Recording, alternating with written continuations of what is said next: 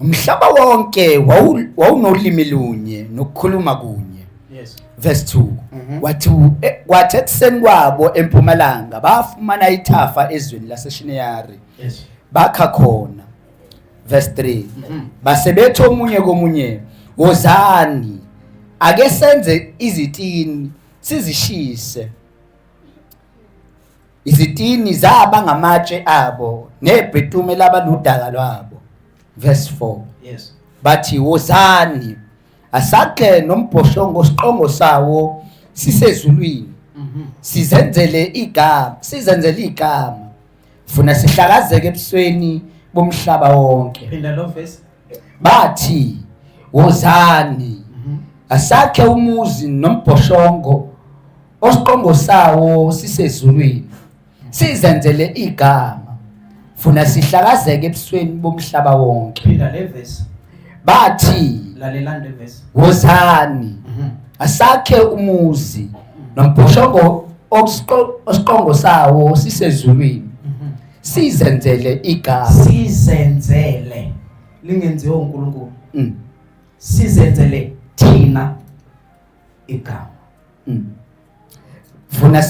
Funa sihlakazeke ebusweni bomhlaba wonke. Verse 5. uJehova wehla ukuba abone umuzi nombhoshongo owakhiwa ngabantwana babantu. Verse 6. uJehova wathi bheka bonke bayisizwe sinye nolwimi lunye. Yes. Yikho abaqala ngakho manje abakunqanyulelwa lutho abahloso ukulwenza. uJehova wathi bheka bonke basizwe sinye nolimi lunye. Uyaphinda ese yikho abaqala ngakho manje yikho abaqala ngakho abaqala ngokwakha. Baqale ngokuba isizwe sinye futhi bakhulume limi lunye. Yikho abaqala ngakho ukwakha. Before bakhe baqale baba isizwe sinye bakhuluma ulimi olunye. Sebeqalile ukwakha njalo. Qhubeka tu. Manje abayikunqanyulelwa lutho abahlosa ukwenza. Ngoba bayisizwe sinye bakhuluma ulimi lunye. Abafisa ukwenza angeke bavinjwe umuntu. Mind you, kusho uNkulunkulu. Uthi nami nguNkulunkulu. Lento abayakhayo manje nami izonginika inkinga. Ngoba number 1 bayisizwe sinye. Bengagcini lapho bakhuluma limu lunye. Now abakhulumi ilanguage eyodwa. Bakwi power of agreement. Methi limu lunye akasho ukuthi bakhuluma isiZulu. Uthi bakhuluma limu lunye ngoba akekho phikisa omunye they in perfect unity. Njoba kuthiwa kuyakhiwa akekho de eyasingakhi. Ulimi lunye in this context is not a language, it's agreement. Bayisizwe sinye bakhuluma ilanguage yinye bavumelana bonke. Manje ke if kuleyo trinity ayikho into esizoba nathi ngesibakwazi ukubavimbela. Abahlosa ukwenza bazokwenza noma kuhle noma kubi. Now this tells us ukuthi if ibandla lingaba munye likhulume limu lunye i-purpose ibe yinye ibe uKristu. Ningilalela? Amen. Mokuyi purpose sonke njoba sila imotive yokuza kwenu nemotive yokushumayela kwami na wonke umuntu oseva endlini kaNkulunkulu kuba ukuthi Jesus must be glorified. Then ayikho into esingavinjelwa yona siyibandla esihloso ukuyenza. The power of unity through the Spirit. Qhubeka Dube.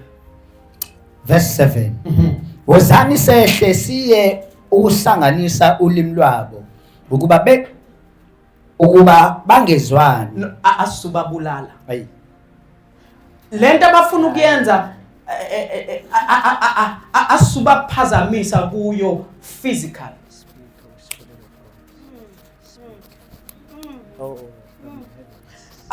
Asidingi futhi ukuthi sambe siyobatshela ukuthi yekeni lento sisebenzisa amandla.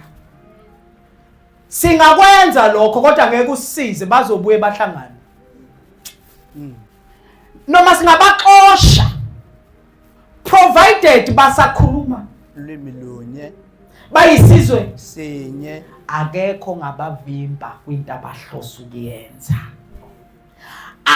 Asambeni ke sehle siyobasanganisa ulwimi ukuze bangazwani. Niyabona ungazwani iqhamuka noma ngathiwa nonke nikhuluma isiZulu but once kwahluka injongo ngenisazwana.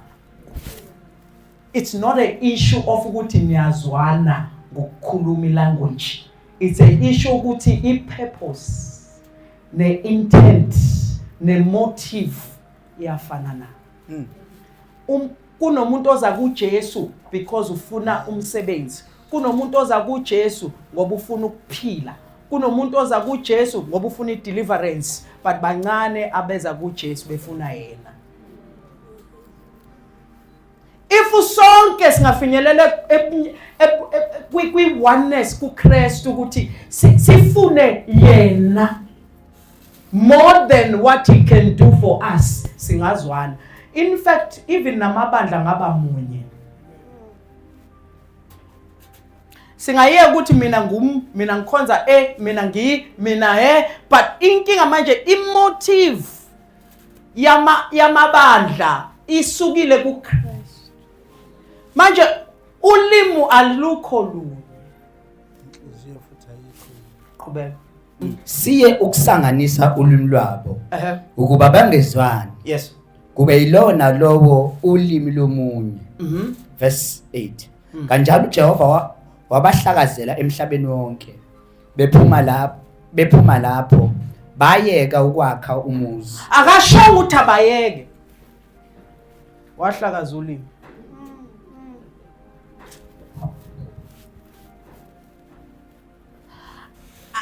Akasho ukuthi abayeke ukuya enkonzweni. Wathi uzwile nje. Uzwile. Kunabazalwane bahlele emakhaya manje bahlaliswa abanye abazalwane. Uzwile. Kade khonza kahle ngenankinga. In fact, lento eshiwe ngomzalwane eshiwe Sunday, yena Monday to Saturday uhappy up until kufike ungizwile. Uzwile ukuthi bokuthiwani ngawo. Angabe saya ke enkonzweni. Ube right Monday. Lento bishiwo ibisishiwo. Abayizwa lento ngisho. And ibingam affect. Ngoba ubengakafiki lo phambanisa.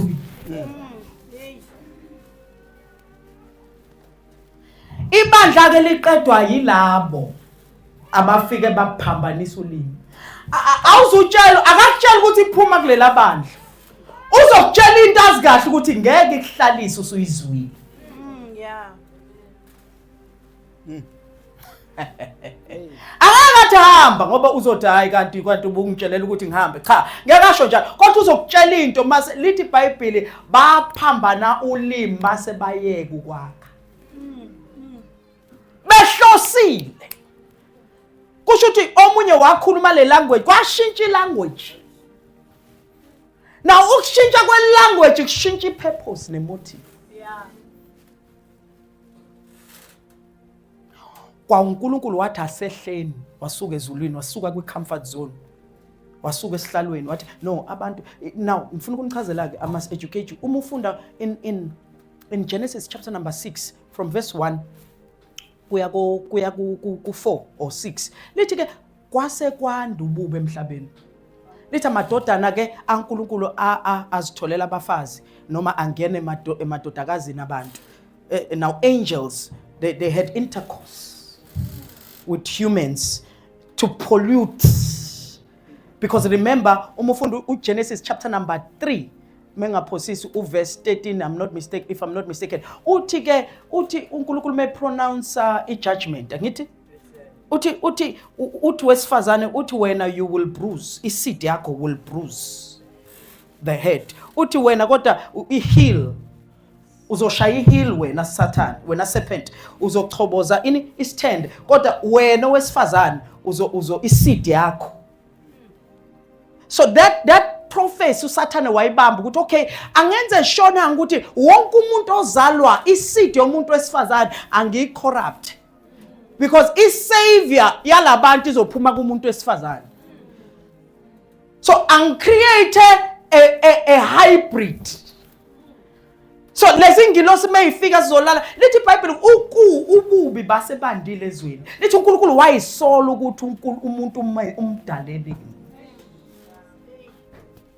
lithi iBhayibheli ngoba constantly isikhathi samanje lithi constantly imicabango yomuntu yayimbi constantly. Do you know uNkulunkulu awukho mubi ngokwenza ukubi uNkulunkulu mubi because ucabanga ukubi because ukwenza is an outcome of your thoughts. Akekho umuntu owenza engacabanganga. So uNkulunkulu awoni ngoba usuwona wona ngoba wonile. Into eyenza ukuthi uwone ingoba wonile. So imicabango kuNkulunkulu ivoice iphimbo intshumayelo. Into icabanga kuNkulunkulu embi usuyenzile repenta. Because kuNkulunkulu akekho kwi-realm yendlebe yokuzwa. uNkulunkulu kwi-realm yaka spirit, ukwi-realm yemicabango, ukwi-realm ye-meditation. Uma meditator ngesono ngezinto ezimbi kuNkulunkulu ususenzile ingakho ethi uJesu ethi kubaFarisi awudingi ukusenza. Uma ubukile wakhanuka. Na izo leyo nto. Now uNkulunkulu uliphupiselana izwe umhlaba is because umuntu was corrupt. So kwakune DNA ibizwa kwaba khona ama Nephilims mokulala ingilosi namadoda kwaphuma ama giants. But ngiyalithanda iBhayibheli lithi but Noah found favor. Because uNoah was the only righteous man. Kusho ukuthi uyena uNoah wayesanonembeza.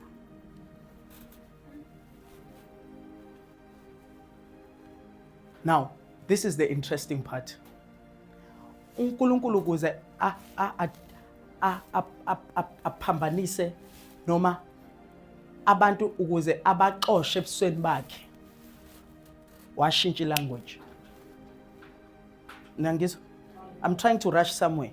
When God showed me this, I said, what? Because the Bible is a code. When God showed me this, I said, wait, I cried. I said, Moingela, how come I could not see this all? I was like, wow. Now, what made people ukuthi sigcwala umhlaba wonke was ulwimi. Angithi sonke siphuma kuHem noShem noJafet. Angithi amadodana kaNoah angithi? Right. Now, listen to me.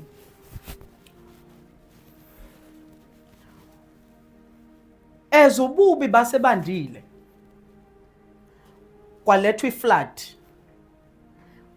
kwabhubha umhlaba ngamanzi asala ama spirits edinga imizimba ama spirits ama giants. Those spirits are called demons. I will teach you one day ukuthi yini kune study say I think the Bible is a demonology. Now the demons, they don't belong in heaven, they don't belong in hell. They were created here. They are hybrids. So mebefa abakwazi ngesikhokhweni. That is why umulufunda iBhayibheli lithi uma ukhipha idemon liyahamba le ndaweni ogwadule looking for a place. Indaba nayizo lona kumele ngayitholi libuye. Because they are not from hell kahle. They are not from heaven futhi.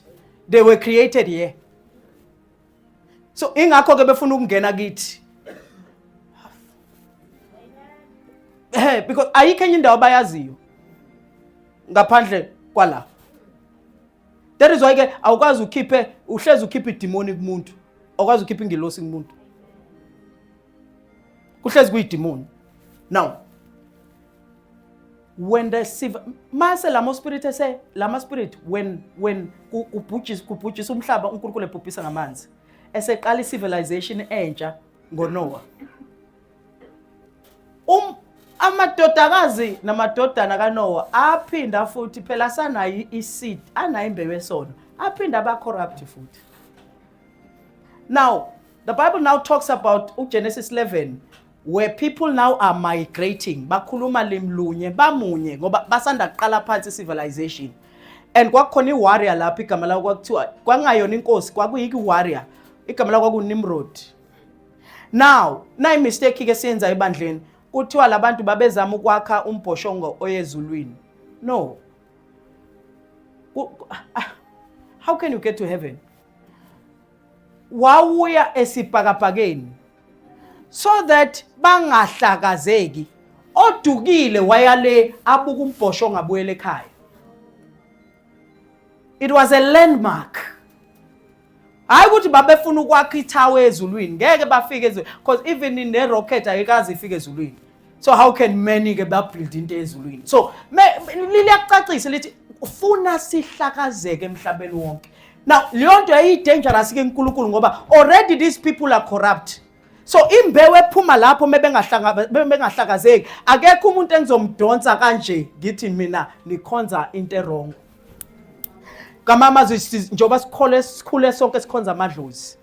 So mengase kuthiwa wonke sihlangene sonke ayikho lento yomngcele ayikho ama continent sonke sihlangene sikhuluma ulimi olulodwa kungazima ukuthi uNkulunkulu apenetrate lapho aziveze.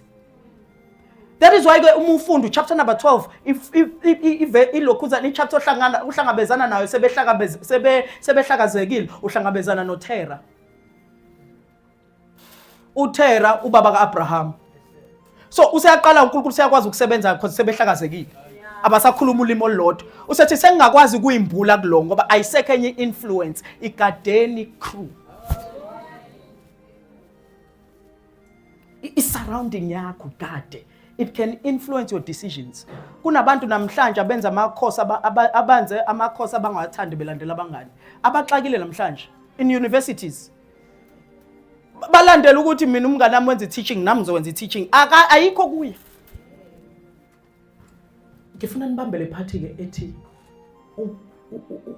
uNkulunkulu wahlukanisa ulimi basebehlakazeka bangabe besawakha umbhoshongo ngoba ukuba baqhubeka bawakha umbhoshongo ngabe sikhuluma namanje lolu limi ababelikhuluma. Nyangizwa.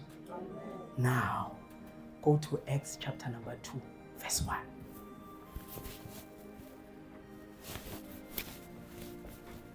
Ngifuna nizwe ke what but by tomorrow ngcwele when he showed me this I said what? Funda tu. Wathi sekufikile usuku lwePentecost bonke babebethene endawonye. Nayizwa indaba. Amen. Qhubeka. Ngokungazelele kwavela ezulwini inhlokomo kwangathi yokuvunguza ngomoya onamandla. Yona indlu yagcwalisa yonke ababehlezi kuyo. Verse 3. Kwase kubonakala kubo izilimi ezahlukeneyo. Kungathi ezomlilo zahlala phezulu kwalowo nalowo kubo. Ini izilimi. Pay attention. Base begcwala bonke umoya ongcwele. Yes. Baqala ukukhuluma ngezinye izilimi. Baqala ukukhuluma ezinye izilimi. Njengalokho umoya wabapha ukuphimisela. Now there are different types of tongues. Ngizoyichaza ngiyoyifundisa ngelinye ilanga. There are tongues of edification. Akhuluma ngawo Paul. No Jude.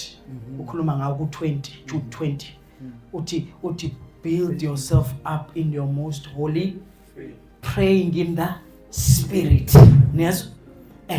Now kune mesithandaza la asidingi umuntu ozo interpreter because we are building ourselves up. Zihlukile. Lezi ilwimi lezi akukhulunywa ngazo la lezi ilwimi zibizwa tongues that are signs. Which means lezi ilwimi lezi akuzona ezok-edifier. Ilezi ilwimi lezi engaze ngithi rabira boro koro bokora giziwe iRussian. iRussian ithi uwazelaphi le language angazi ngithini kodwa umoya ngcwele angiphe ilanguage engayazi kodwa ekhona. So khona le edification you are praying unto God. You are stirring up ukhuluma noNkulunkulu.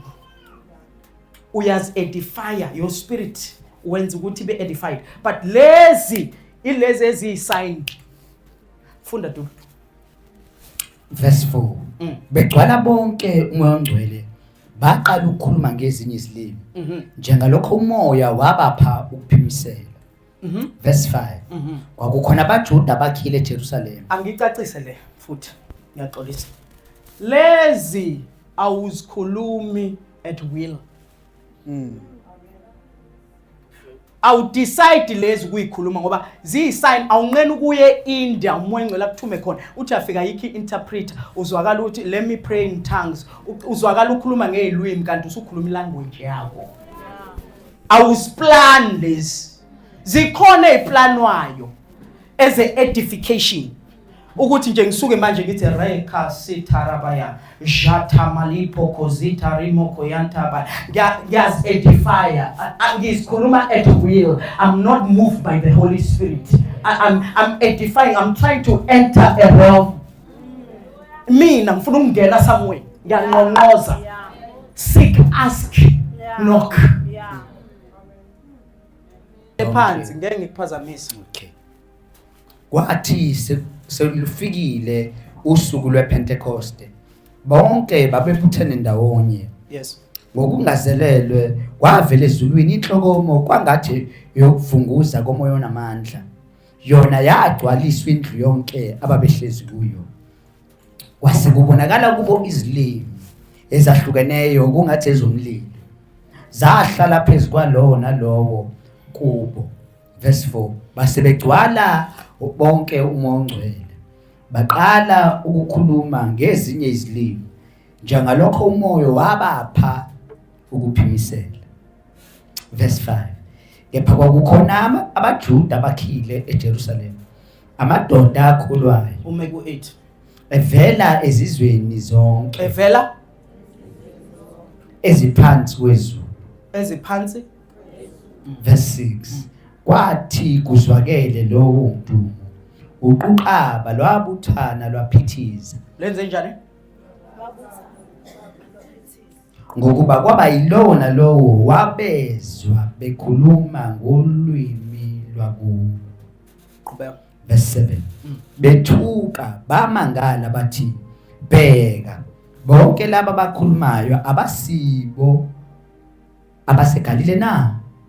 Verse 8 yini pho ukuba sonke ngabanye sizwe ngolwimi lwakithi esazalwa nalo na. Now where we have read we've realized that wehla uNkulunkulu bemunye wabaphambanisa bahlakazeka. Now ku Acts chapter number 2 wehla umoya ongcwele wangabahlakaza ke this time wabaqoqa bakhuluma ilimi ehlukene kodwa this time bayazwana. This time abahlakazeki baqoqa ukuthi sibezwa. Ningilalela ukuthi ngithini? This time kuhle bonke ulwimi. That is why kwahla umoya ongcwele ke tongues. Because manje funeke zonke lezizwe ezalahleka kuGenesis 11 ku Acts number 2 ziyaqoqa. Now lento bebeyakha abantu amadoda nabantu kuGenesis 11 now bakhithawa for their own benefit. KuGenesis 2 kwakho uJesu kwakhithawa kwakhibandla. KuGenesis ku Acts chapter number 2 ngesuku lePentecost akakhiwa umbhoshongo wabantu. kwakhiwa ibandla likaKristu. Niyizwa leyo nto? Niyizwa leyo ncasa ukuthi mhlawumbe nikaze nina ukuthi why le ncwadi le kukhulunywa ngabantu all over kodwa siyabezwa. Why ingoba kubuyiswa abantu abalahleka kuGenesis 11. So that is why ke namanje sisakhuluma leyo ndaba. Namanje konke sayakha. That is why ke usathane kumanje ubusy naye uyakha. Ustadisha nje political, ustadisha this political thing. Uyathola ukuthi conduct to a new world order kuqedelwa iTower. One world government, one world currency, one world religion. Bafuna yonke into, bafuna uqedela le tower. Manje ngeke iqedwe ke khona ibandla. Ngoba nathi contest yakhayo. Asakhi into yomuntu, sakhi into kaKristu. That is why inenkinga ke abantu abakha abazenzela amagama abo. Ayi Nkosi yami. Bazakhela udumo. Benza amathawa abo ukuthi nje ibandla eli-right yileli. The devil is a liar. Into ofana yilona ibandla eli-right, uKristu right. So in Acts ke kuyakhiwa ke. Basondela umoya ingcwele wehla kwathi kwaba nesound. Bathi nabezwe isound ukuthi iqhamuka ngala badonsa. That is why ke nila into endonsile la isound. Kune sound elizwile endo spirit. Nathi anisondele nathi niyafika ilanguage yafana. Batwanali ke silifuna ivangeli. Kukhulunywa ilanguage efanayo. Ingakho ngathi nihleli nilalela because manje sihleli sikhulumela omXhosa uyangizwa. Omsuthu uyangizwa. Okhuluma isiLungu omlungu uyangizwa. Ngoba it's not about language kahle. It's about union in Christ. Lithi iBhayibheli akusekho umJuda. I think it is Galatians 3. Akukho mJuda, akukho mGreek, akukho male, akukho female. Sonke we are one in Christ. I want to tell you that umoya ingcwele wehlile manje. Asisadingi in fact ukuthi sithahle. Okwethu ke manje ukuthi sikhulume language eyodwa. Because into ayehlela ukuthi sibe munye. Bayokwazi ngani ukuthi nabami umanithandana. Manje lokunyathela lomgaka ebandleni kusayikho. Ngabe yi language because at Pentecost bakhuluma ilanguage eyodwa kodwa engafani. Hayi bazalwane. When I saw this I was like, God, what are you saying? What I'm ngiyabaqoqa. Ngifuna beze bonke manje kwakhiwe ibandla. Kwakhiwe into kaKristu ungakhiwe into yabantu.